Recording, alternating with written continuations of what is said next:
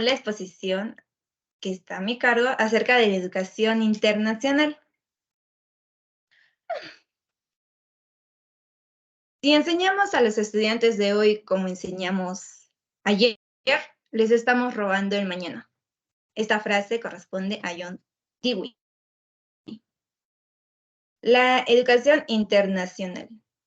Falta de ortografía ahí. Nuestros estudiantes de hoy serán los que tomarán las decisiones en el futuro.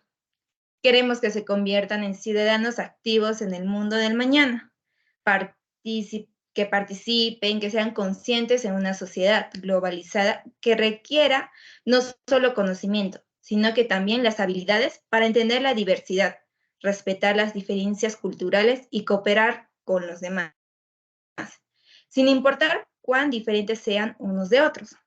La educación internacional o educación para la comprensión internacional es el programa, la motivación de cualquier proceso de enseñanza-aprendizaje.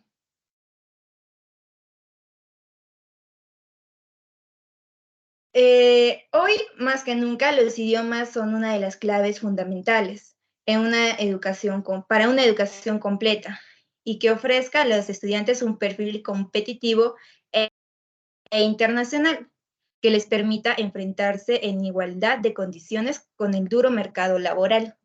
Como ya tenemos conocimiento, ahora incluso se requiere, ¿no?, que un docente aprenda idiomas, y no siempre el docente, sino actualmente en cualquier carrera se te está pidiendo que tengas conocimiento en el idioma, por ejemplo, lo que es más internacional, el inglés, ¿no?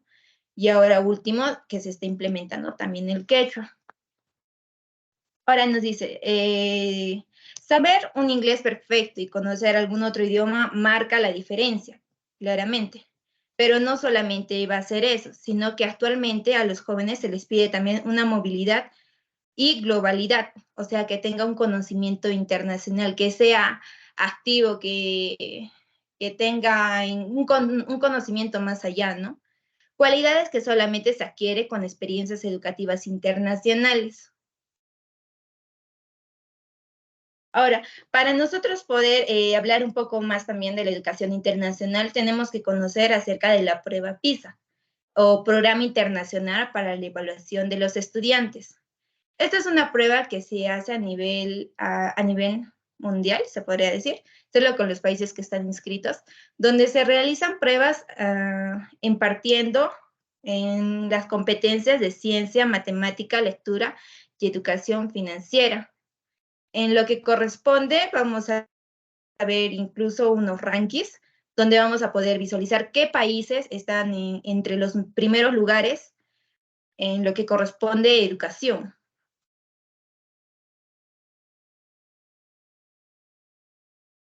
Y si se visualiza mi pantalla a tiempo real, sería bueno.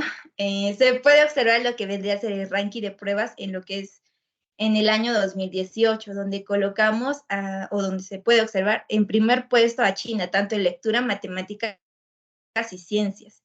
Después le sigue Singapur, Macao, Hong Kong, Estonia y así sucesivamente. Entonces, si en caso que nosotros quisiéramos impartir en una educación internacional, y en nuestro caso en nivel superior, ¿en qué país deberíamos o podríamos estudiar? Y para esto voy a hablar acerca de 3 países que estuvieron entre los mejores rankings, tanto desde el 2010 hasta el 2000, hasta el 2020, claro, cuando ya empezó la pandemia y eso. Ahora, vamos a impartir por el país que ocupó primer lugar, que corresponde China. ¿Cómo vendría a ser la educación en China?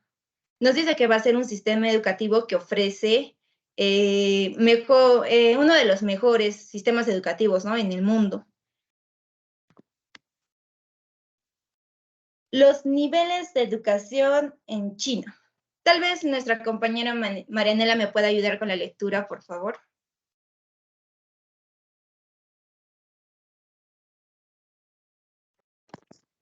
A ver, espera, Meris, un poquitito lo voy a agrandar. Bien, la educación en China. La educación en China es gratuita y obligatoria para estudiantes de los 6 a los 15 años. Después de esta edad, los alumnos deben pagar tasas y realizar exámenes de admisión, lo cual lleva a un numeroso descenso de estudiantes en los niveles superiores. Asimismo, desde la infancia, se le da gran importancia a la enseñanza, valor del trabajo duro, disciplina diaria, respeto a los mayores por edad y jerarquía. Con respecto al valor del trabajo, se enseña, por ejemplo, las matemáticas, no es porque no se tenga el talento, sino porque se necesita trabajar más en ello. Muchas gracias, compañera Marianela. Sí, exactamente como ya lo leyó en la lectura, en lo que corresponde en China, la educación es mucho más disciplinada. Incluso se podría decir que es bastante forzosa y hay bastante presión, porque desde que son niños, incluso a partir de los 3 años, ya se les está llevando como a un tipo de kinder donde ya se les está fomentando lo que es la disciplina. Entonces, por ello es que los padres siempre desde niños se les recalca a los niños lo que es, ¿no? Que tienes que ocupar los primeros puestos, que tienes que ser el mejor, y no solamente en lo que corresponde a matemáticas, sino en todo tipo de materias, siempre en cuando ocupe los primeros lugares, ¿no? Entonces hay ese nivel de competitividad que se podría decir que de cierta forma ejerce presión. Como ya lo mencioné, la disciplina como parte de la educación en China. Ahora le voy a invitar a la compañera Lisette si nos podría ayudar con la lectura.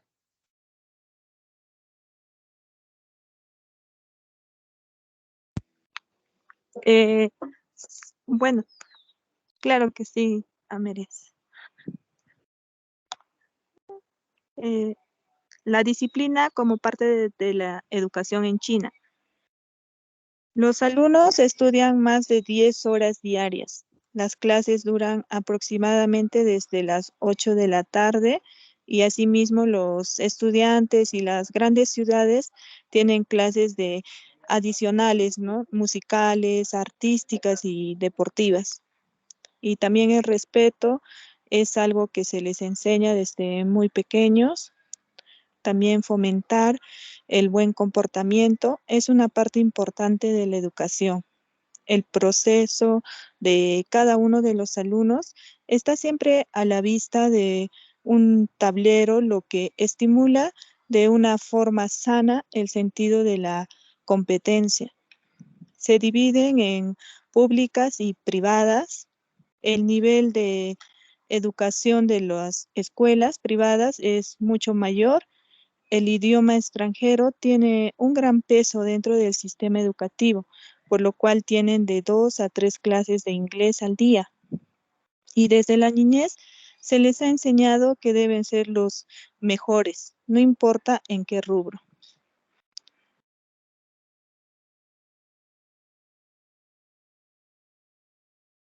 Sí, exactamente como la compañera lo leyó, ¿no? Y ya lo mencioné.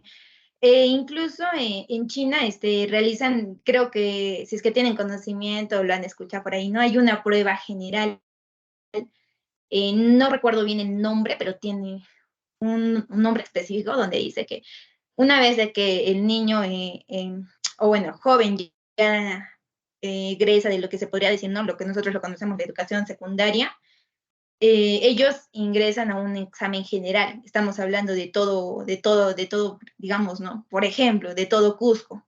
Entonces, todos los jóvenes se preparan para este examen y como que para eso, o sea, todo Cusco es consciente de que se va a otorgar en un determinado día ese examen y paran toda la movilización. Comienzan a cierran las tiendas o algo así para evitar hacer lo menos ruidos posibles, en lo que corresponde incluso se cancelan los vuelos, evitan que haya circulación, movilidad de los carros o vehículos, ¿no? Para que, o bueno, como modo de apoyo para esos estudiantes. De los 800 millones que van a dar el examen, porque se juntan el examen lo dan en un estadio, se podría decir, en ahí todos los estudiantes juntitos. Entonces,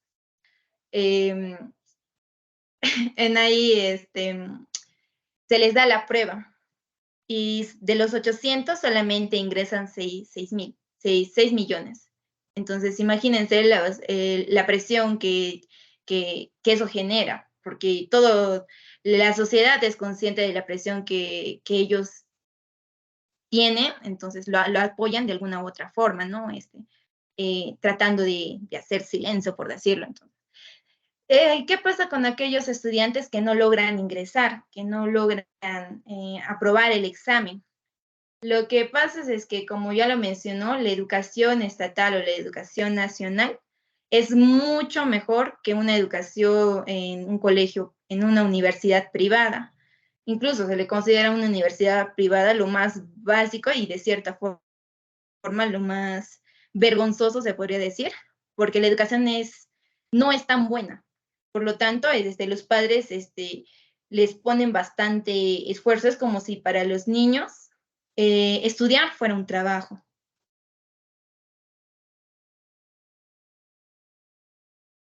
Ahora, pasando a lo que corresponde, ¿cómo es la educación en Japón?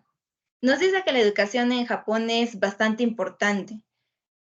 Existen problemas como el descenso del nivel educativo o la disparidad entre instituciones educativas, empezando por la educación obligatoria e incluyendo también colegios especializados que preparan al alumno para el mundo laboral. Ahora vamos a hablar acerca de Japón, ¿no? En Japón se entiende que tienen como que determinadas etapas para que una persona logre encontrar trabajo. En este caso, el objetivo de la educación en Japón es de que ellos tengan un trabajo y les paguen bien según hasta la preparación que han tenido. Y para eso existen varios tipos de institutos que les ayudan a prepararse, ¿no? Entonces, vamos a ver esa partecita. El derecho a recibir una educación y la obligación de impartirla. Para eso voy a invitar a la compañera Erika que nos pueda ayudar con la lectura, por favor. Ok, está bien. Bueno, el derecho a recibir una educación y la obligación de impartirla. Las escuelas públicas no hay exámenes de entrada para ninguno de los dos niveles y las clases y los materiales son gratuitos. La familia del alumno se debe pagar el uniforme establecido por la institución educativa y los materiales adicionales. Muchas gracias, compañera. Sí, exactamente como lo menciona. En el caso de educación de Japón, los padres invierten bastante en lo que corresponde a la educación de sus hijos, pagando desde la institución, los materiales adicionales, el comedor, los libros y lo que se va a ir requiriendo durante su tiempo de estudio, ¿no? Lo que se le va a ir pidiendo. Entonces, es bastante gasto para un padre, de cierta forma, porque termina trabajando de 12 a 14 horas al día para poder asumir dichos gastos. Ahora nos dice, los padres deben hacer a sus niños, los padres desde los 6 a 15 años hacen estudiar a sus niños en una educación que se le denomina educación normal. Ahí hay un nombrecito, Fukusu Kyoyuko. Ay, no lo pronuncio bien. Esta educación se podría decir que es la más básica. Ellos empiezan, incluso tienen la opción de estudiar desde los 3 años, desde los 3 hasta los 6 años. Hay como pequeñas academias que se imparten en casa. Por ejemplo, una persona, debido a que los padres trabajan constantemente, entonces, una persona o un vecino, por ejemplo, ¿no? Que tenga ese tiempo, disponga de ese tiempo, puede abrirse como una pequeña academia en su casa y puede invitar, por ejemplo, a los padres del vecindario, ¿no? Que puedan dejar a sus hijos les va a enseñar lo que son simplemente lo que son valores. Les va a enseñar cosas muy básicas. Por ejemplo, lo que un niño en primaria avanza es algo que este padre va a asumir, ¿no? O sea, ya de alguna u otra forma ya tiene un ingreso para mantener a su propio hijo y al mismo tiempo está ayudando a los niños a poder adelantarse, por decirlo. Por eso es que a partir de los 6 a 15 años, que nos parece que nosotros en Perú, ¿no? Empezamos lo que es la educación inicial a partir de los 4, 5 años, ellos incluso lo empiezan de los 6, pero ya empiezan con una preparación mucho mayor que de la que nosotros iniciamos en el kinder. Ahora nos dice, entre los 16 a los 18 años pueden optar por entrar en un instituto homologado, institución secundaria, lo que nosotros lo conocemos, ¿no? A tiempo completo o una escuela especializada en áreas como agricultura o bienestar. En este caso, ya desde los 16 hasta los 18, ellos recién entran en lo que nosotros conoceríamos como una educación secundaria, como ya lo dice en la lectura, ¿no? En esta parte ya se les enseña lo que son como que materias más avanzadas, lo que se les enseñaría en un nivel universitario. Se podría decir que en esa parte, o sea, ellos aprenden o asumen dichas materias incluso mucho más antes de lo que nosotros asumimos, ¿no? Como en la actualidad creo que nosotros recién estaríamos en un nivel secundario para los niños de Japón, por decirlo. Ahora, educación superior de 2 años e institutos técnicos de 5 años. Ahora ya no vamos a pasar de los 18 a más, ¿no?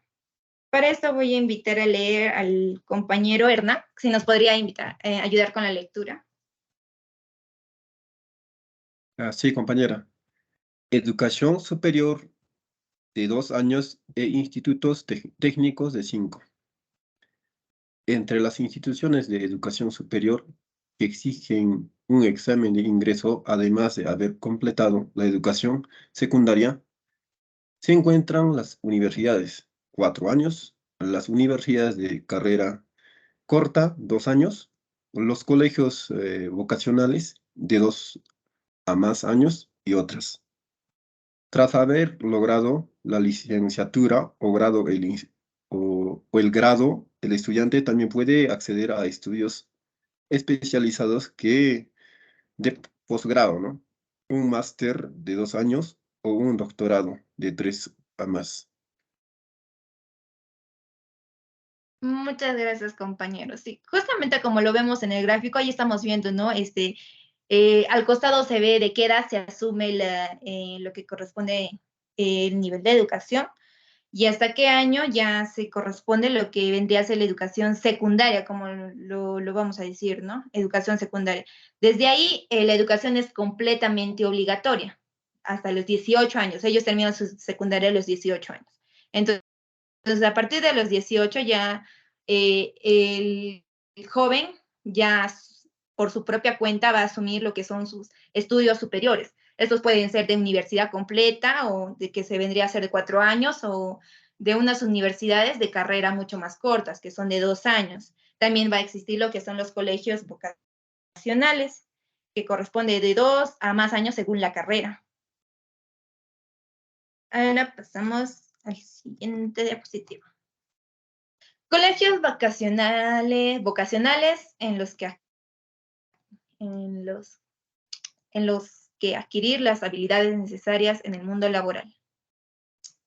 Ya, listo. Entonces, para esta lectura quisiera invitar a la compañera Judith.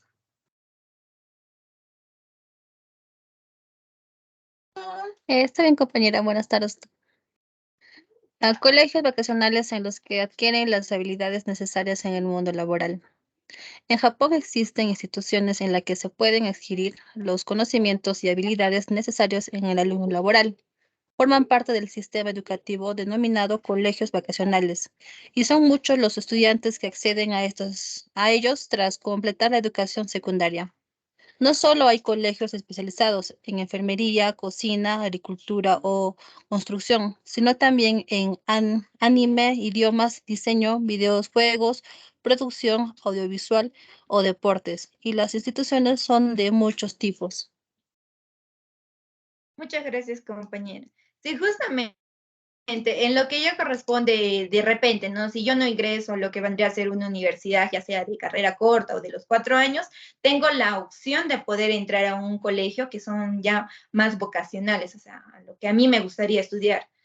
¿Por qué decimos que podemos entrar o tenemos esta opción, ¿no? Si sabemos que en Japón también hay una alta competitividad.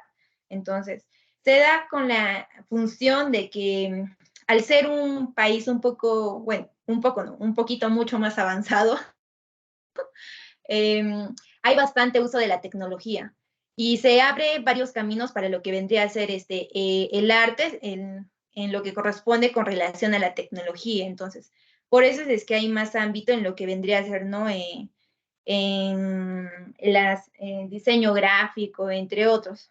Por lo tanto, se les da las opciones a los estudiantes de elegir, ¿no? ¿Qué carrera quisieran estudiar ahí? Siempre en cuando sea el mejor, o sea, como les digo, ahí la competitividad es bastante alta. Entonces, si tú vas a estudiar en un colegio, ya sea por vocación, tienes que ser entre los mejores, porque de todos modos, al no tener las capacidades, entonces como que poquito a poquito te van descartando, te van retirando. Entonces, hasta para la vocación hay que tener competitividad. Ahora, las 10 claves de la educación en Japón. Esto ya es algo adicional que lo añadí, ¿no? Para poder tener los objetivos más claros. Nos dice, el currículo se establece a nivel nacional. Es solamente un currículo a nivel nacional en todo Japón, Entonces, por lo tanto, todos avanzan por igual, lo mismo y tienen los mismos objetivos y capacidades. Ahora, la legislación educativa es muy estable y duradera. Según la Ley Fundamental de Educación, está vigente desde 1947. Para actualizarla hay planes para la promoción de la educación. La educación es obligatoria, pública y gratuita. Entonces, por lo tanto, como yo les mencioné, ¿no? A partir desde los 6 años hasta los 18, la educación es completamente obligatoria y es gratuita. Aunque gratuita es muy contradictorio también. Eso hay que investigarlo más. Nos dice, hay asignaturas y también formación en valores. Esto ya se da por parte de los padres, pero en esta parte, como les digo, a partir de los 3, antes de entrar a los 6 años, donde ya vendría a ser educación obligatoria, ¿no? Hay academias, o como les digo, pueden abrir pequeños, en casa de las personas pueden abrir como su pequeña academia, como les dije, ¿no? En su casa, donde pueden enseñarle ya desde más antes, temas ya un poco más avanzados para un niño de primaria. Entonces, desde ahí se les inculca bastante lo que es los valores. Se les inculca los valores, la responsabilidad, la puntualidad, e incluso también lo que es el higiene personal. El esfuerzo es esencial y la competitividad es alta. Se considera que el éxito no depende de las habilidades o de la inteligencia, sino que esto se consigue con bastante esfuerzo. Ahora vamos a invitar a leer las 6 claves, la clave 6 y 7, a la compañera. A ver, ¿quién está por ahí? Catherine. Sí, compañera. Bueno, continuando con la 6, menciona que se prima la habilidad para resolver problemas. Menciona que la base fundamental del currículo educativo es que los alumnos dominen la resolución de problemas y situaciones por sí mismos.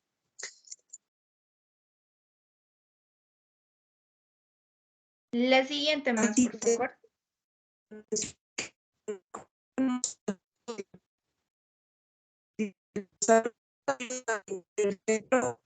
las comidas y participan en actividades complementarias que fomentan el trabajo en equipo.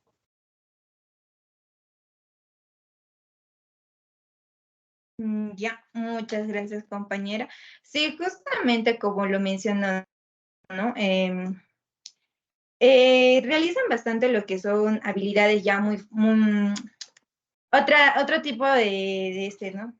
Ay, ¿cómo lo llamo? Claro.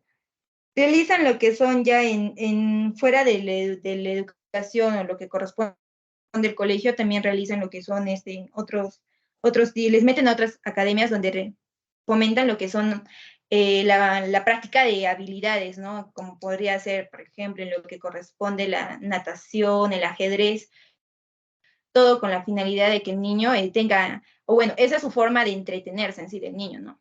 Se podría decir, porque ya practica o deja de estar en clases, debido a que ya no es más mental, sino es más físico. Entonces, esa es la única forma en que un niño se recrea. Ahora en la siguiente clave que nos dice el 8. Se estudian muchas horas y los deberes son habituales. Sí, justamente en Japón es uno de los países donde a los niños se les exige bastante lo que es el estudio, tanto que en el colegio las clases empiezan de 8 de la mañana y terminan de 6 a 7 de la noche. Entonces, por lo tanto, una vez de que el niño ya sale de lo que corresponde a su nivel educativo, continúa a casa para ir a seguir estudiando. Incluso en lo que son ya los niveles superiores en las universidades, hay estudiantes que en las entrevistas hablaron que se despiertan, o sea, algunos aprovechan un rango de tiempo para dormir, digamos de 3 horas, y siguen estudiando, despertándose de temprano, de madrugada, por ejemplo, desde las 5 hasta las 2:30 de la tarde, dependiendo según sea sus horarios de clase, ¿no? Entonces, ellos tienen largas jornadas de estudio muy fuera ya de la institución, sino ya lo hacen por ellos mismos, justamente por la presión que ellos sienten. Ahora, lo que nos dice en la clave 9, los maestros son muy respetados y están muy preparados.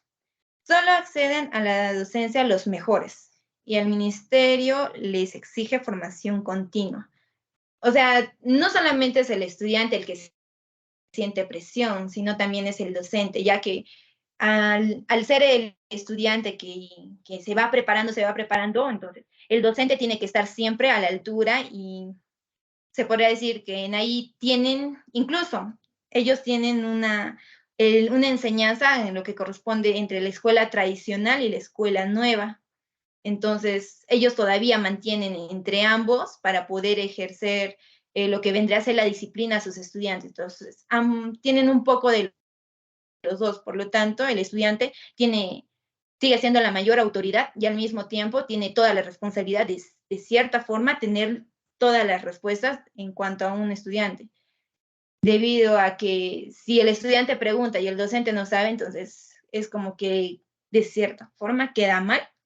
Y ahora si el docente pregunta al estudiante y si este no responde, también queda mal. Ya está la nota, ¿no? Educar es trabajo de todos. En el aula, los alumnos que destacan ayudan al resto. Y en casa, los padres tienen la responsabilidad y el deber social de apoyar la educación de sus hijos. Y con esto terminamos lo que vendría a ser las 10 claves de la educación en Japón. ¿Alguna pregunta hasta aquí? Preguntas en lo que corresponde en Japón o China.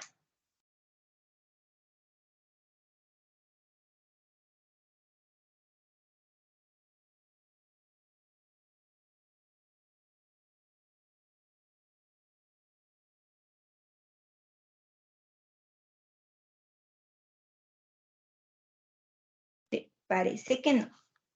Entonces vamos a invitar a que nos pregunten. A ver, compañera Judith, ¿te escucho? Compañera, más que todo para consultarte de que ahora que también se ha ampliado el panorama, como es la educación en otros países, más que todo potencias, ¿cómo lo ve relacionado a nuestra educación? acá en nuestro país? ¿Lo ve normal? ¿Lo ve? Quisiera saber su punto de vista, compañerita.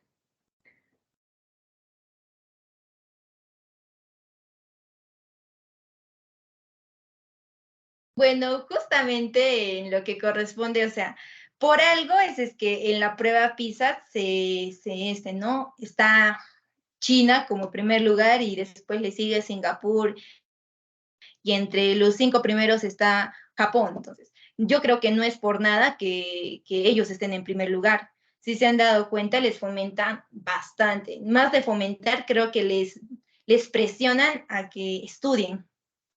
Y para ellos sería como que su trabajo, ya lo mencioné, y para un niño, o sea, un niño nace para estudiar con el fin de encontrar un trabajo que le paguen bien según hasta el nivel que ha logrado prepararse. Entonces, de cierta forma, el objetivo para ellos de estudiar es trabajar. En cambio, lo que corresponde en nuestro país,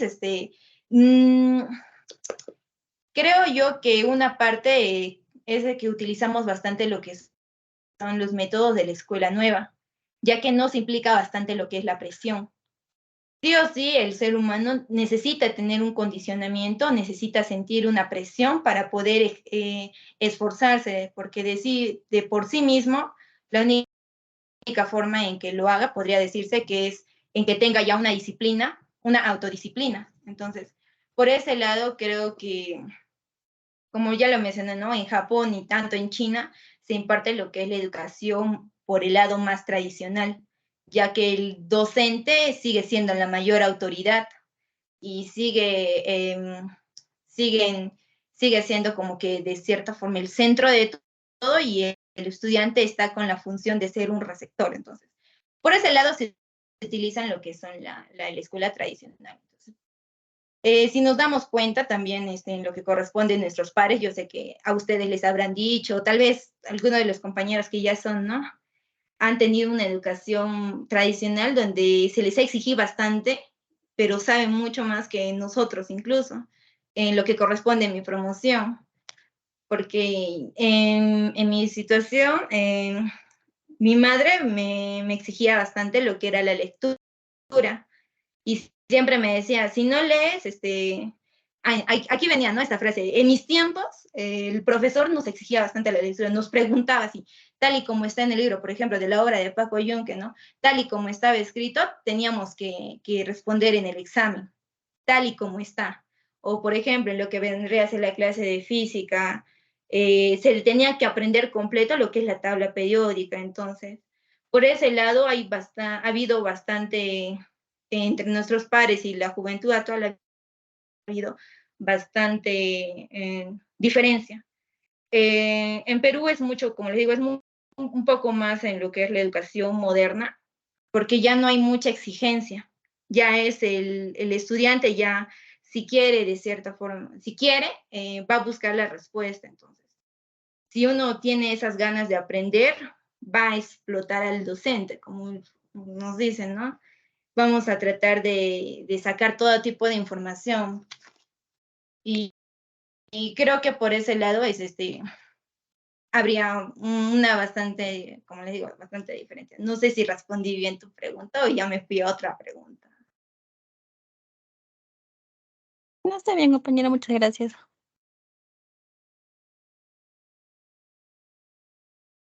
Compañera Lucero.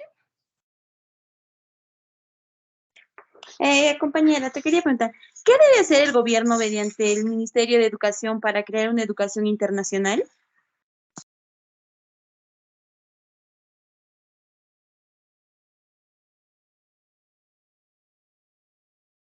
La verdad es que está muy interesante tu pregunta.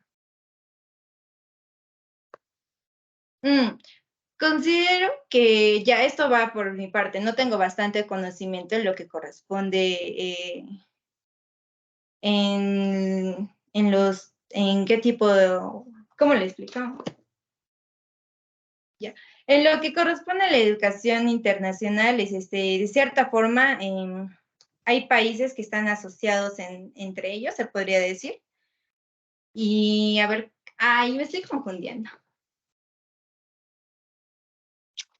Para responder tu pregunta me tendría que preparar por ese lado, ¿no? Por el ámbito, haciendo más comparaciones con, investigando más en lo que corresponde en nuestro entorno. Entonces, voy a dejarte esa pregunta todavía pendiente. ¿Te parece? Hasta la siguiente clase, si es que hay siguiente clase. A ver, ya. Te voy a dejar esta pregunta pendiente, compañera, por favor, y te lo respondo por el chat. Hasta el día de hoy. Porque sí está muy interesante tu pregunta y merece ser respondida. Por eso te tengo que responder bien, no te puedo responder cualquier cosa también. Por favor.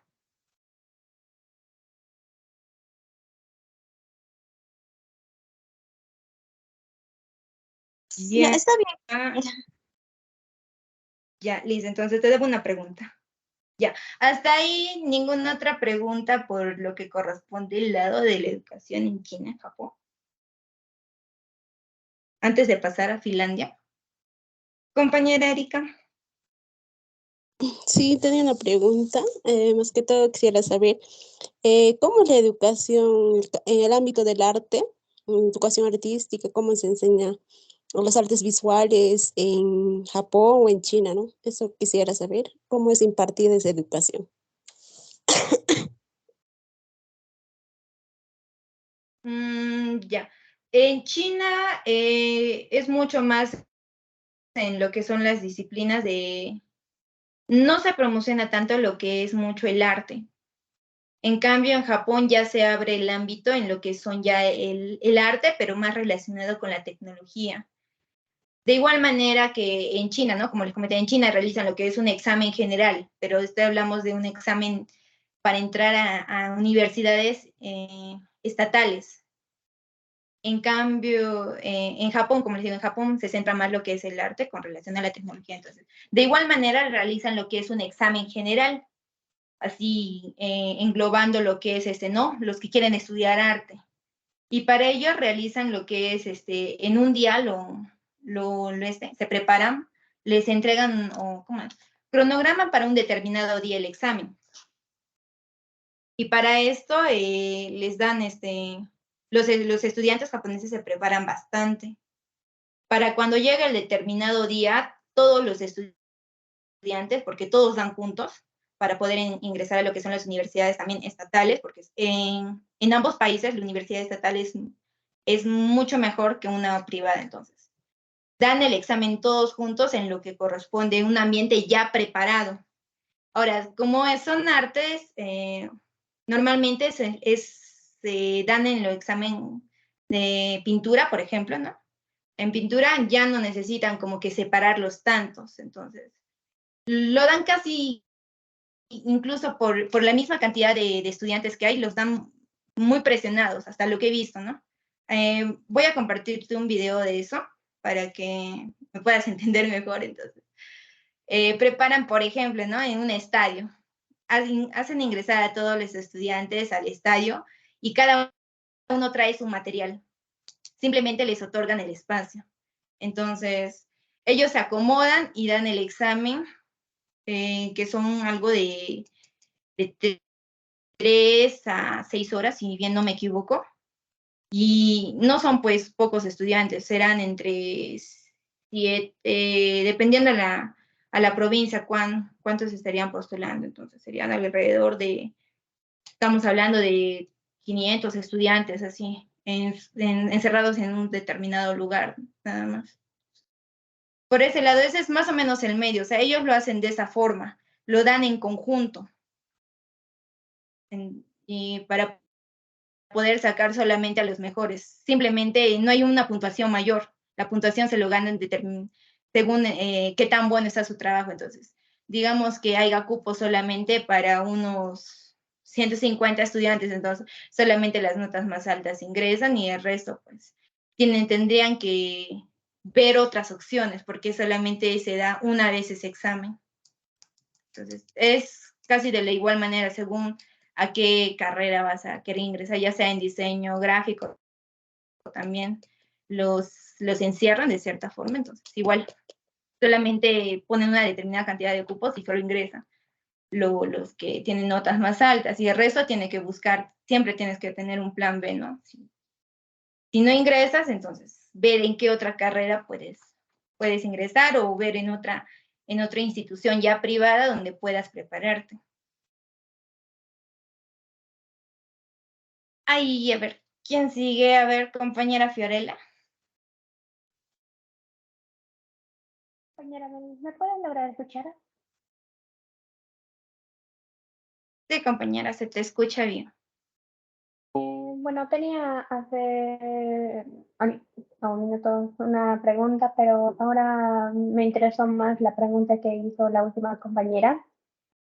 Y es que si hablamos de los países de China y Japón, ellos normalmente le prestan mucha más atención a lo que son los cursos, como los números o como las letras, algo que les va a ayudar a servir para la universidad.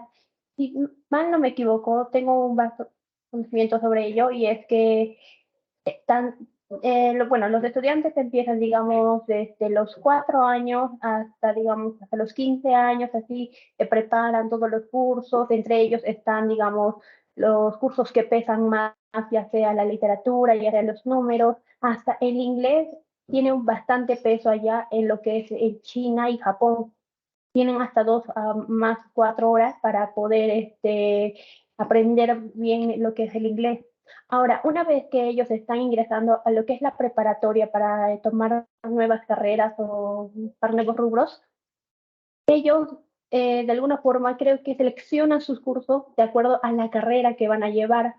Por ejemplo, si hablamos de una ingeniería, entonces todos los cursos que se enfocan más son a puros números y algunas que otras letras, pero ya no se relacionan con cursos que tengan que ver con el arte, ¿no? Pero eso sí, sí hay arte a partir de los niños pequeños. Por ejemplo, los niños de inicial, no solamente van a los colegios y hacen, digamos, normal sus cursos, ¿no? Sino que también, muy aparte de eso, los padres o hasta los propios docentes piden que los niños aprendan a tocar, digamos, un violín, un piano o cualquier instrumento, o también puedan aprender otros deportes, etcétera, etcétera. O sea, todo eso se les pide ya desde pequeños, porque como usted dijo, ¿no? Son países que se les exige mucho. Entonces ya ellos van aprendiendo desde niños, ya como la preparatoria, cuando comienza la preparatoria, ya los cursos ya son seleccionados de acuerdo a la carrera que ellos van tomando. Y con respecto al arte casi no hay mucho, porque en China y Japón no es que no le tomen importancia, sino que para ellos no tienen gran peso, sino son los cursos más fuertes, como los números y las letras. Esto sería solamente mi opinión, compañeras. Gracias.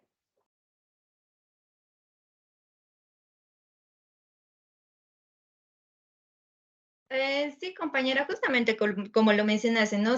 Va a tener mucho más peso lo que viene a ser las letras y números, pero en lo que corresponde al arte, ya como lo mencionaste también, va a ser opcional. Entonces eso va a ser ya por la parte de colegios vocacionales, como es en educación en Japón, ya es por parte vocacional, pero sigue siendo, sí te puedes dedicarte a eso en lo que corresponde a Japón, ¿no? Porque ahí está entre la tecnología y el arte, debido a que ellos están bastante avanzados en lo que corresponde al arte. Ahora también mencionaste que desde niños se les inculca ya lo que es el arte en lo que vendría a ser, ¿no? Las pinturas, en lo más básico, ¿no? Lo que aprendemos, pintura con los dedos y lo que corresponde a tocar instrumentos musicales. Esto ya lo hace con el fin de tener al niño más preparado y al mismo tiempo más ocupado, debido a que aparte del colegio, para el padre va a tratar de ver la forma en cómo entretener al niño, pero no en el sentido de que lo va a dejar salir a jugar con los demás, al vecindario o al parque, sino les dan la opción de poder estudiar o aprender música o aprender arte, pero ya como forma de desestresarlos a ellos, entonces. Esto ya es por la parte opcional y al mismo tiempo con la finalidad de tener, de dominar, sí o sí tienen que dominar un instrumento. Entonces, ahí se podría decir que un japonés yo sé un poco más en el caso de japonés, ¿no? De los japoneses, entonces se podría decir que en ese lado los tratan de mantener más ocupados. Entonces, no es tanto por el lado que el niño sí quiere aprender, sino es de que tiene que aprenderlo. Ahí como les digo, es con el fin de desestresarlos. Entonces, sí o sí tienen que dominar mínimo unos 3 instrumentos. Tienen que saber leer ya las partituras, porque sí van a llevar eso en el colegio, mas no va a tener tanto peso como lo mencionaste, ¿no? Letras y números. Entonces, solamente son cursos complementarios con la finalidad de poder fortalecer sus habilidades creativas, aunque a pesar de ello, no se va a dar importancia en lo que es la creatividad, sino más es la disciplina y entre otros valores como la puntualidad. Ya. Creo que con eso completamos, ¿no? Lo que vendría a ser la información también que nos brindaste. Muchas gracias. Compañera Lisa.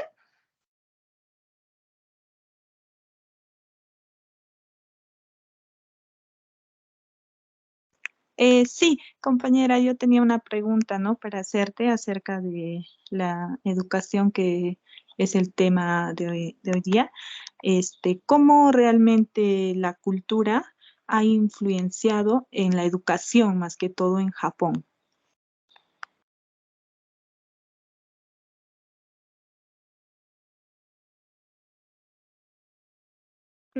A ver, ¿me podrías volver a preguntar, por favor? Creo que no te entendí muy bien tu pregunta. O formúlame otra vez la misma pregunta, Bueno, pero con otras palabras. sí. O sea, mira, o sea, nos vamos a la parte de Japón, o sea, su cultura ya, ¿cómo ha influenciado en la educación actual de todo lo que nos has explicado?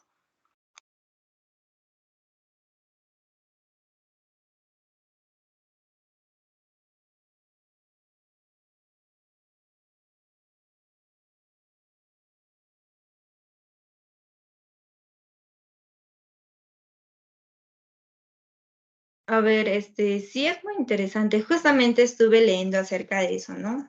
Acerca de cómo, a ver, cuando hablas de cultura, ¿hablas acerca de sus tradiciones, sobre eso, o hablas de, em, Sí, está haciendo por el camino correcto. ya, a ver.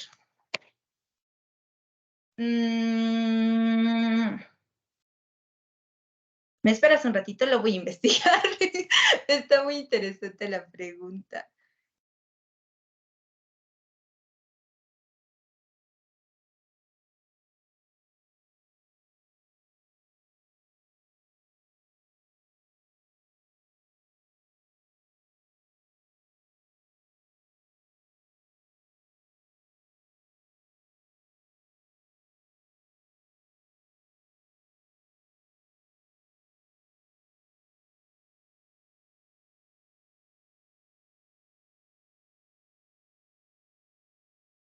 Bueno, no te puedo responder, no sé si podría responder exactamente exactamente a lo que quieres que responda, porque sé que sabes la respuesta. Pero, Bueno, compañera, ¿no? Hasta lo poco que sé y lo que te estaba escuchando, ¿no? En la exposición es de que realmente en su cultura japonesa, bueno, viene de su origen de los samuráis, ¿no? Y aparte de su palabra, ¿no? De honor que ellos tenían, que desde ahí se origina realmente lo que viene a ser en la educación que nos has estado hablando. Y en el ejemplo que das, o sea, es bien claro, ¿no? Lo que dices que realmente en las consecuencias que tiene cuando un estudiante no ingresa a la universidad, se suicida, ¿no? Entonces era igual, eso viene desde su cultura de ellos en la antigüedad, desde pequeñitos eran formados realmente con el fin de tener que llegar a ser samurái. Y cuando ellos no lograban eso, simplemente decían, ¿no? Yo no sirvo y me suicido, ¿no? Se mataban porque tenían ese honor. Y podemos verlo claramente, o sea, como que desde ahí ha impartido realmente la educación, ¿no? Y también influenció en la Segunda Guerra Mundial, ¿no?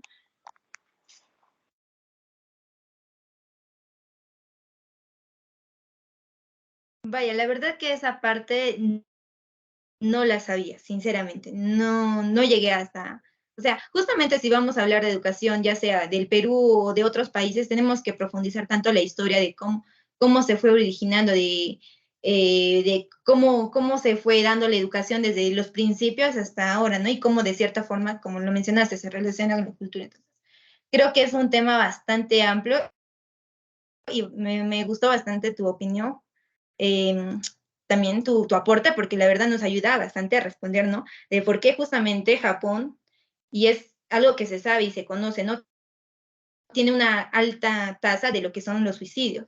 Entonces, incluso a inicios a ver, para ya más antes del 2012, 2013, si bien no me equivoco, en el año, Japón no mostraba ningún registro acerca de los suicidios, o sea, no lo veían como que algo importante. Para ellos era como que no lo tomaban con importancia, o sea, no veían por qué se estaban suicidando. Y justamente los que lo hacían no eran pues personas adultas, sino eran más estudiantes que justamente no lograron ingresar o justamente por la presión que sentían al estar en la universidad. Entonces, cuando ellos no lograban tener esas capacidades o tal vez por el estrés no lograban las notas que quisieran, estaban entre los últimos lugares, se suicidaban.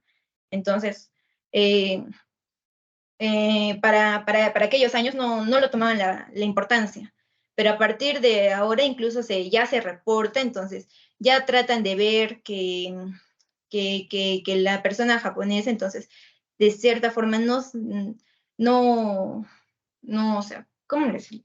Ya les dan como determinadas horas para que ellos puedan descansar.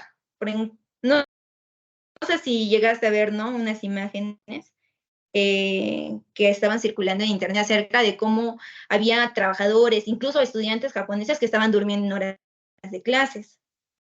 Y muchos que desconocemos diríamos, pues, ¿no? Que tal vez por el cansancio, por la presión se ponían a dormir, ¿no? Decíamos, pobrecitos. Pero no, resulta que a partir después de conocer o sea, las razones de dar lo que corresponde, ¿no? Los motivos de los suicidios, en Japón se implementó lo que vendría a ser como una clase, no sé si clase, si decir lo que es una clase, un horario determinado para que el estudiante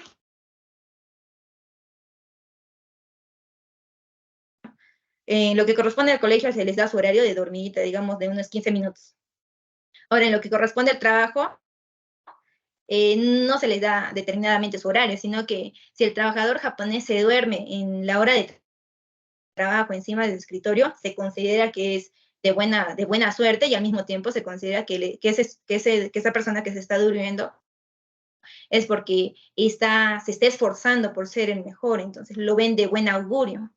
Entonces, conociendo estos datos, la verdad es que podemos reflexionar bastante acerca de la educación en lo que vendría a ser las potencias que están ocupando los primeros lugares, ¿no? Cómo le dan esa debida importancia hasta el punto de quitarse la vida. Entonces, por ese lado podemos ponernos en un punto de reflexión, ¿no? Con lo que corresponde en nuestro entorno, como en el Perú, ¿no?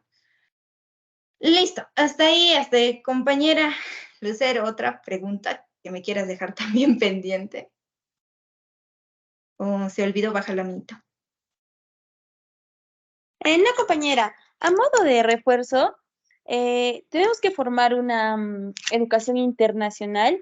Para ello hace falta crear una organización internacional no gubernamental, ¿no? Para presionar a los gobiernos en materia educativa. También impulsar la educación y la innovación científica y el uso de nuevas tecnologías educativas. Solo eso, compañera. Gracias. La verdad también me parece muy interesante la pregunta y la respuesta, porque ahí sí, sinceramente, sí me agarraste, por decirlo, ¿no? La verdad no estaba esperando esas preguntas. Muy fuerte, muy fuerte. En sí, también, sí, la verdad me encantaría saber, ¿no? Si me estaba causando bastante curiosidad tu pregunta y estaba con esas ganas también. Sí, de todas formas, te lo voy a responder hasta hoy día. Entonces, la verdad es que si somos sinceros, en el Perú no se le toma mucha importancia a lo que vendría a ser la educación internacional. No nos dan en conocimiento. No sé si es correcto decir que es la responsabilidad del ESE, ¿no? De los ministerios, de no darnos las opciones de poder acceder a una educación internacional, o puede ser que podamos decir que es nuestra culpa, tal vez por no investigar. No estoy en ese lado, ¿no? Lo digo porque sinceramente, si nos dan en secundaria, se implementó lo que vendría a ser la clase de inglés, pero no sé si les pasó a ustedes o solo me pasó a mí.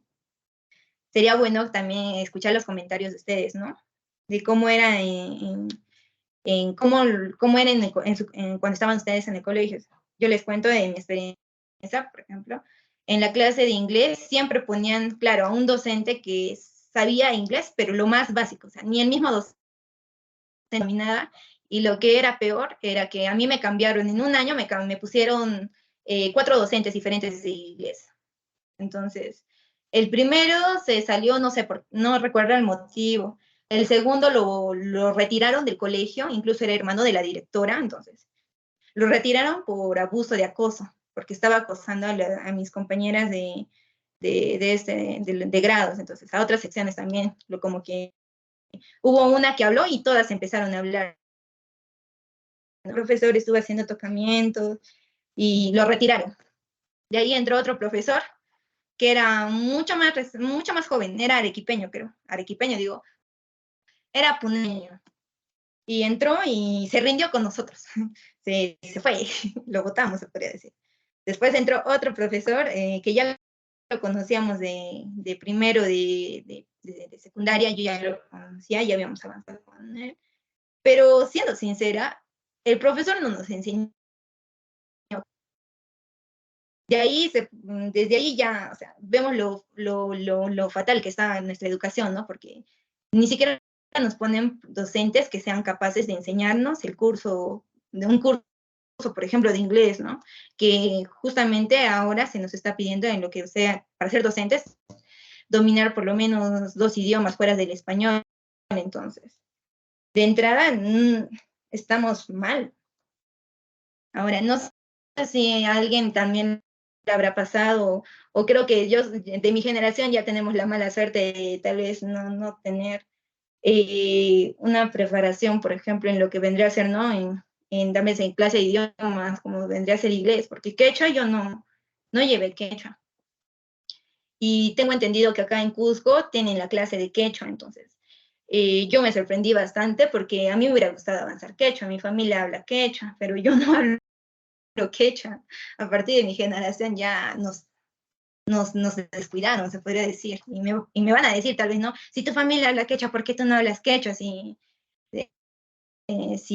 seguro no te gustaba. Entonces, no es eso, sino que ya por gente de los estereotipos, ¿no? Que antes había estereotipos, creo que mi mamá se quedó con esa idea de que los que hablan quechua lo ven mal, ¿no? Lo veía mal, entonces ya no nos enseñaron a nosotros. Si queríamos hablar de lo que era la educación internacional, pues en el Perú vamos mal. Y la verdad me parece muy interesante, como te digo, tu opinión, compañera, porque nos podría ayudar. Yo sé que a como nos estamos preparando todavía, sí, solo sería una opinión, pero si tú refuerzas esa idea, porque sé que te estás preparando para ser docente, yo creo que si quieres, porque es querer, ¿no? Querer es poder, entonces podrías tal vez, no sé, preparar, ahí ya te estoy metiendo responsabilidades, creo, pero ya. En conclusión, creo que eso sería, ¿no? El aporte también, que, como te digo, me gustó tu aporte y el aporte que yo te podría dar, sé que no te respondí la pregunta, pero me pareció muy interesante. Bueno, creo que hasta ahí ya nos respondimos todas preguntas y respuestas, entonces para terminar y no alargar más las clases, porque ya sé que quieren irse a sus casas a dormir, o ya tal vez estén en sus casas durmiendo, pero vamos a terminar la exposición. Ya hablamos acerca de lo que corresponde a la educación en China y en Japón, que no había mucha diferencia, excepto en el grado de preparación, ¿no? Como ya lo vimos. En Japón se preparan ya desde los 6 hasta los 18 años como educación obligatoria y gratuita, y en lo que corresponde en China es más por el lado de la disciplina, ¿no? En ahí ya es como que los padres corren con los gastos, algo así. Listo. Igual se los pasé el PPT, por si querían hacer las anotaciones. Está interesante el tema. Entonces, ahora terminamos con lo que vendría a ser educación en Finlandia, que es completamente diferente a lo que es Japón y China. Pero si es diferente, ¿por qué también estaría en el lado de, por qué está entre los mejores, ¿no? Entonces vamos a ver esa parte. El otro lado. A ver, ¿me confirma, compañera Marianela, si se ve mi pantalla, por favor? ¿Te vi, Manan? Ari, Manan. Sí, sí, Ameri, sí te veo. Sí se ve tu pantalla. Listo, compañera. Muchas thank yous. Ya. Ya terminamos educación Japón. Y ahora continuamos con la educación en lo que corresponde en Finlandia. La educación es el corazón de la sociedad. Así nos dice una frase. No sé de quién, debería averiguarlo. La educación es una de las piedras angulares de la sociedad del bienestar en Finlandia. Nos sentimos orgullosos de un sistema educativo que ofrece las mismas oportunidades de educación para todos. Y esto es algo interesante, porque en Finlandia, ya lo vamos a ver más adelante, la educación es obligatoria, dura 10 años, comienza a los 6 años y termina a los 15. Casi todos los colegios son públicos. La enseñanza es una profesión muy popular, no hay inspecciones, no hay exámenes nacionales, no hay evaluaciones de profesores, manan cancho. Los profesores se sienten valorados por la sociedad.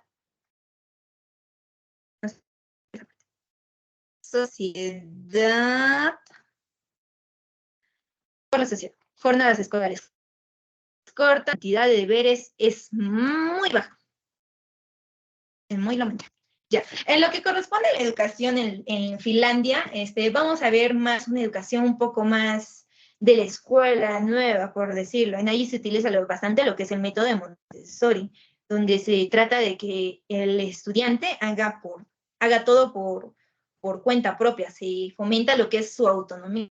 Entonces, si no hay presión, como lo dijimos, ¿no? Si no hay presión, entonces, ¿cómo es que se va a dar esa educación, ¿no? Si sabemos que entre los mejores lugares está China y Japón con lo que vendría a ser la disciplina, que el docente es la mayor, ¿no? La mayor cabeza, por decirlo así. ¿Por qué en Finlandia se ocupa también entre los 10 mejores puestos? Pero ¿por qué? ¿Cómo es que se da esta cantidad de rankings si no hay presión? Si no hay condicionamiento. Esto se debe de que algo muy interesante que me pareció y también al mismo tiempo interesante, es de que en la educación en Finlandia es más con el objetivo de que el estudiante logre la felicidad, o sea feliz con lo que hace. Empezando de que al estudiante no se le encierra. Por ejemplo, acá en los colegios, a un colegio, cuando hablamos, nos recordamos, ¿no? Creo que la mayoría de los colegios es así, ¿no? Es una casa, no una casa, un edificio grande, diferentes cuartos, pero está rodeado con unos muros, ¿no? Como en la universidad, que está, ahí vemos adentro las aulas, la administración, pero estamos rodeados con un muro, que vendría a ser la rejita de la puerta de entrada, ¿no? En cambio, en Finlandia ya no hay este muro, manan cancho, entonces.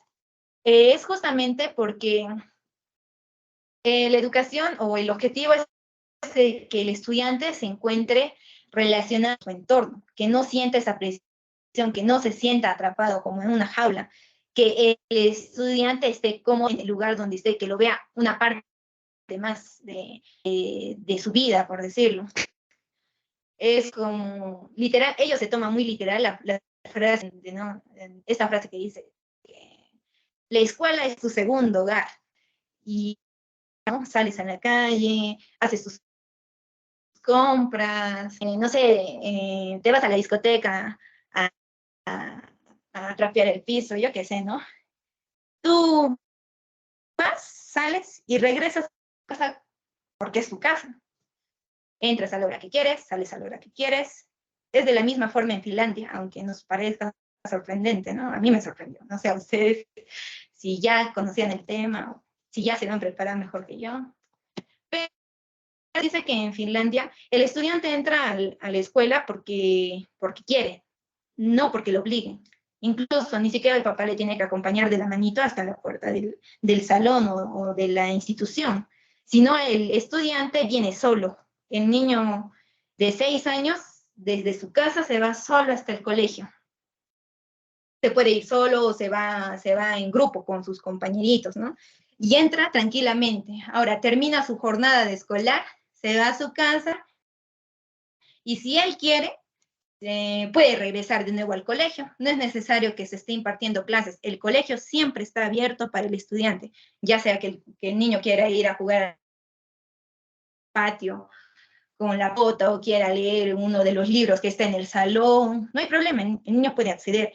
Tiene el acceso completo a lo que vendría a ser su segunda casa. Ahora, también mencionaba que no existe lo que son los exámenes nacionales, tampoco hay inspecciones. Eso se da desde primaria hasta su 5º grado, claro, de primero hasta su 5º grado. Desde ahí,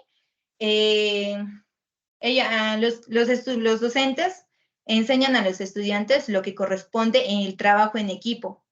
A ellos no se les inculca lo que es la competitividad, sino es realizar trabajos en grupo.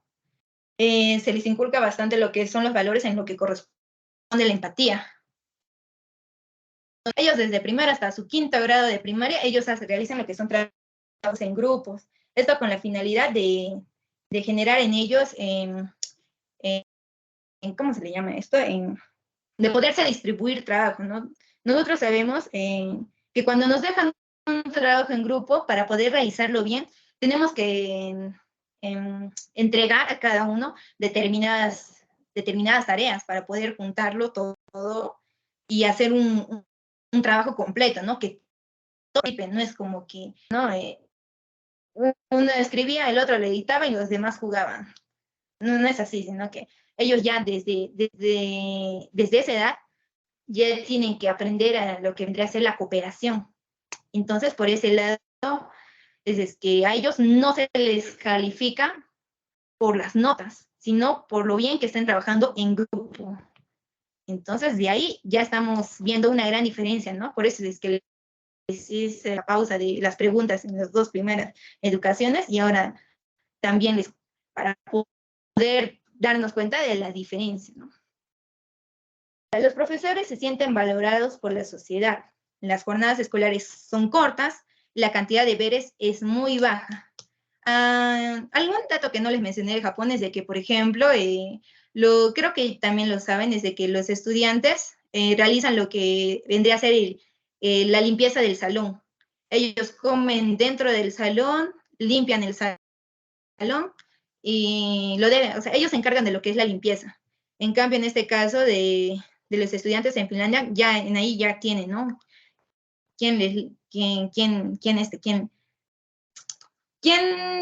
Los servicios de limpieza, ya tienen más servicios de limpieza. Pues, o sea, la cantidad de deberes que les dan a los estudiantes es bastante baja, ya no hay esa obligación. Los estudiantes ya, incluso ni siquiera se les ordena, ellos por sí mismos ya hacen lo que vendría a ser su comidita, incluso. Tienen la opción de traer su merienda como también de si ellos quieren ir a comerse a su cafetín, que les va a costar algo de 4.2 dólares. No, miento, euros. 4.2 euros. Y vendría a ser una alimentación completa. Ahora, si de repente yo soy vegana, también ahí tienen en su comedor comida vegana. Tienen diferentes opciones, les abren las opciones para que estos niños puedan decidir qué quieren comer. Y si quieren comer o si de repente ellos ya trajeron su comida, ¿no? Son bastante independientes por ese lado. Ya, entonces pasando a lo siguiente porque ya tenemos que terminar. Hay examen que dar. Ya dice. Las 10 claves de la educación en Finlandia. Ahora vamos a hablar en los objetivos más concretos, ¿no? Compañera Marianela, ¿nos podrías hacer una lectura del objetivo 1, 2 y 3, por favor? Está bien, Ameris. A ver, vamos a ver. 10 claves de la educación en Finlandia. El sistema educativo finlandés está considerado uno de los mejores del mundo. Te explicamos algunas características esenciales que pueden contribuir a explicar su éxito y servirnos para reflexionar sobre nuestro propio sistema de enseñanza. 1. Primera clave. Los docentes son muy valorados. El acceso a la carrera es muy exigente y la preparación es intensa. Por eso se consideran una autoridad en la sociedad. Punto 2. La educación es pública y gratuita entre los 7 y los 16 años. Tampoco se paga por los libros ni por el material escolar. 3. El reparto de dinero público se hace de forma equitativa. Los fondos estatales se reparten en función de las necesidades de los centros. Hasta ahí, ¿verdad? Ameris. Sí, compañera, hasta ahí está bien. Muchas thank yous. Sí, justamente como ya les dije, entonces acá no hay presión, es mucho más libre, incluso la educación acá sí es completamente gratuita, porque el estudiante va a estudiar, no va a generar un gasto más a su papá, por decirlo de esta forma. Ahora dice el 4, el currículo es común, pero los centros lo adaptan. Sus profesores diseñan el currículo y se planifican para conseguir los objetivos como mejor consideren según su realidad. En este caso, incluso el docente se encarga de preparar lo que vendría a ser el currículo. Por ejemplo, también la clase, digamos, ¿no? Ejemplo, la clase de hoy, el docente lo va a preparar, pero de una forma más objetiva. Trata de ser lo más breve posible y al mismo tiempo con la finalidad de que el estudiante entienda. Ellos tienen las clases mucho más cortas que nosotros. Ellos avanzan solamente 4 horas al día, de ahí les vienen un receso de 1 hora, si bien no me equivoco, 1 hora, 1 hora y media, donde ellos están en su receso y vuelven a estudiar no, creo que ahí solo avanzan 4 horas al día, nada más.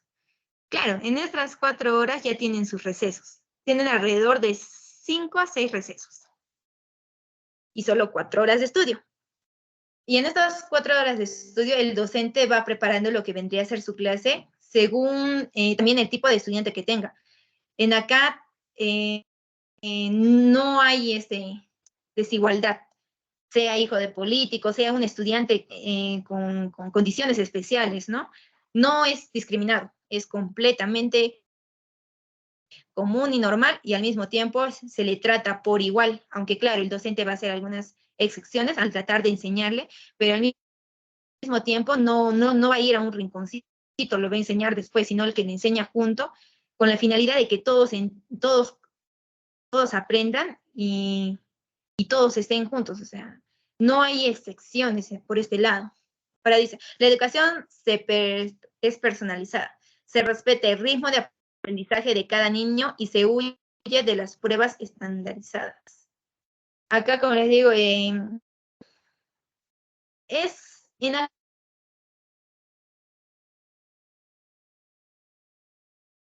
aprender de algún determinado tema, el docente está con toda la responsabilidad de enseñarle ese tema, si el niño lo quiere. Ahora, si el niño tampoco no comprende la primera, el docente va a ver las formas y las estrategias para lograr para lograr que comprenda el niño, pero no solamente con la finalidad de que se capte, sino también que lo aplique en su realidad. Los alumnos tienen tiempo para todo. Como les digo, solamente avanzan lo que vendría a ser 4 horas en el colegio. El resto del tiempo, ellos si quieren pueden ir al patio, pueden ir a jugar y tienen completamente para todo. Si ellos quieren ser niños, se van afuera a jugar y a recrearse. Quieren estudiar, se van adentro con el docente a avanzar. Preparar la clase es parte de la jornada laboral. Normalmente el docente no tiene por decir, un currículo preparado desde la casa, sino que lo va preparando según lo que el estudiante quiere trabajar, como lo mencioné. Y él está en la total responsabilidad de enseñarle lo que el niño quiere aprender. Se evita la competencia y cifras. No hay exámenes hasta el 5º de primaria. Y los informes que el profesor elabora para los padres son descriptivos, no numéricos. Normalmente el docente prepara lo que vendría a ser lo que es una descripción de cómo se va desempeñando su niño en base a lo que está logrando, no tanto como a lo que le falta o lo que está fallando, sino con la finalidad de alentar más al niño a seguir aprendiendo, ¿no? Trata de resaltar sus logros. Se previa la curiosidad y la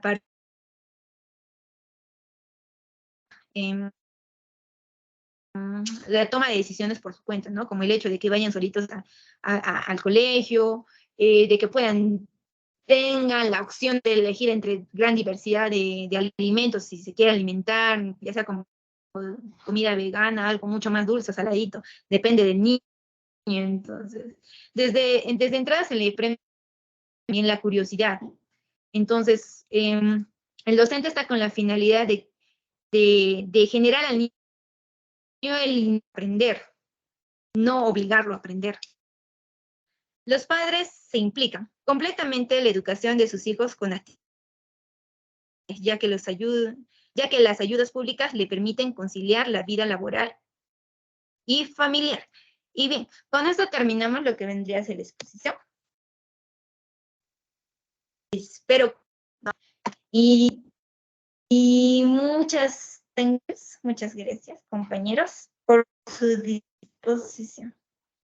Ahí no creo que haya alguna pregunta, o tal vez sí. ¿Alguna pregunta?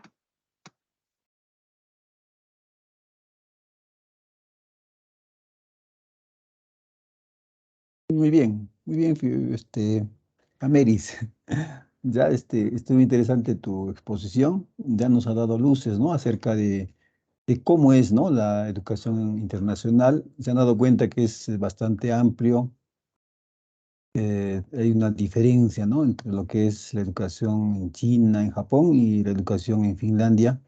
Y todos esos países, de una manera, están ocupando, ¿no? Los primeros puestos en esa prueba, digamos, PISA.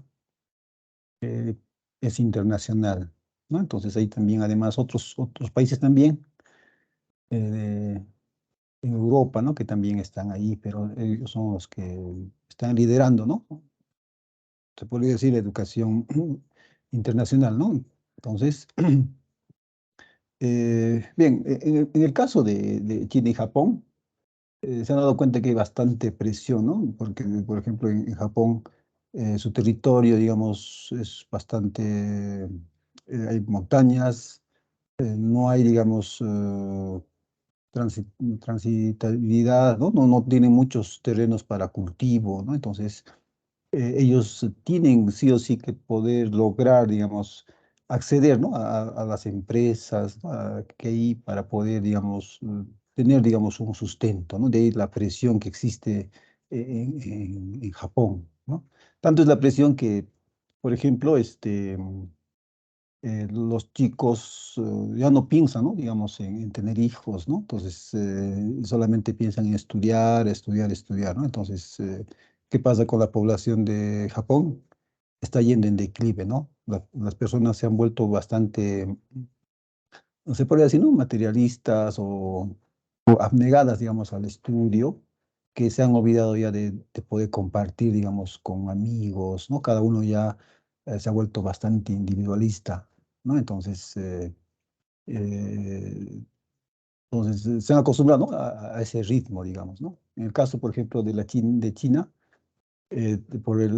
como son bastantes, entonces hay bastante presión, ¿no? También por poder eh, encontrar, digamos, trabajos, ¿no? Más que todo a las empresas, ¿no? Porque ellos, digamos, lo que ven, digamos, el progreso de ellos es tener, digamos, acceso a las grandes empresas que tienen, digamos, las empresas globalistas, ¿no? Tienen bastantes fábricas, entonces ellos tratan de acceder, digamos, ¿no? Para tener, digamos, un cargo de administrador, ¿no? O cargos así dentro de esa empresa, ¿no? Entonces, de ahí la lucha, ¿no? Entonces, lo que hacen esas empresas es buscar, digamos, a los mejores, a los que tienen más notas, ¿no? Entonces, ese es, digamos, su punto, digamos, de validez para ellos, ¿no? Entonces, los que tienen mejores notas pueden ingresar a ser administradores, ejecutivos, así de las grandes empresas. Entonces, ellos luchan, ¿no? Por tener, digamos, una buena calificación en el colegio, porque ese es, digamos, su parte, digamos, de evaluación de las empresas, ¿no? Entonces, de ahí, ¿no? Que hay bastante presión en esos países, ¿no? Entonces, también hay, esas personas ahí se han vuelto así, ¿no? Solitarias, no es como acá, ¿no? Que nosotros ya compartimos, hacemos cosas así en forma grupal, ¿no? Allá todo lo ven, digamos, estudio y trabajo, ¿no? Esa es, digamos, su vida de ellos, ¿no? Entonces, es así, ¿no?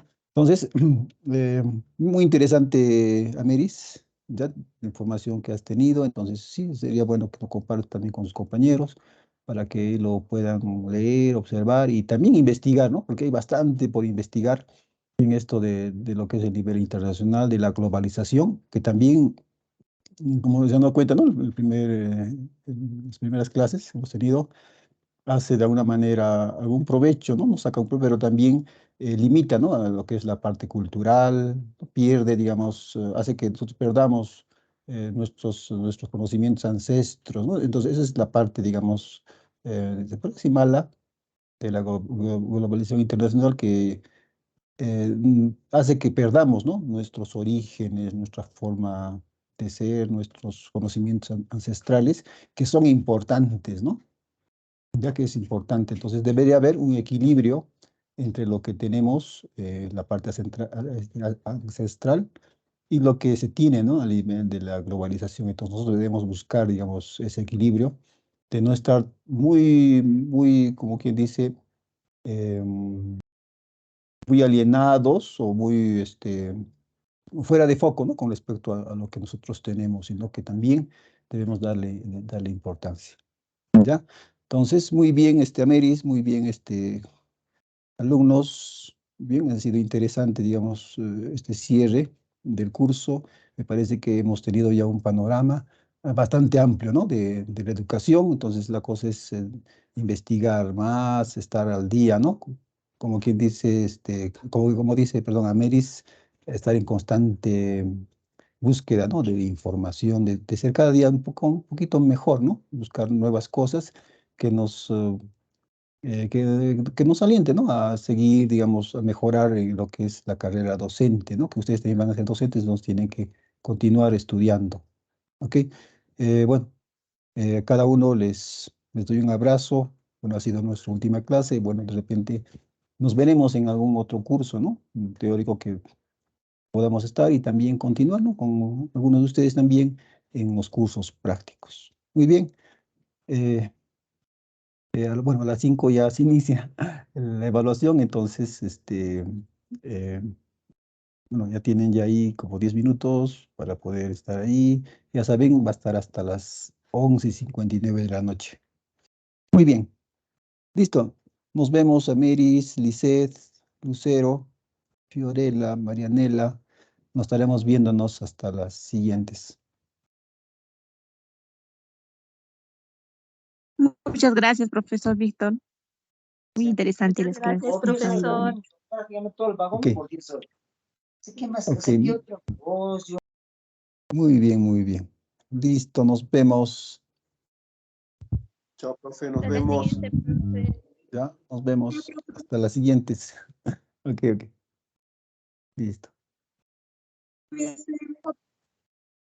Hasta luego, profesito. Ya, Ruth, nos estaremos viéndonos. Profe, cuidado. Ok, nos vemos. Hasta luego, profesora. Nos vemos, Fiorella.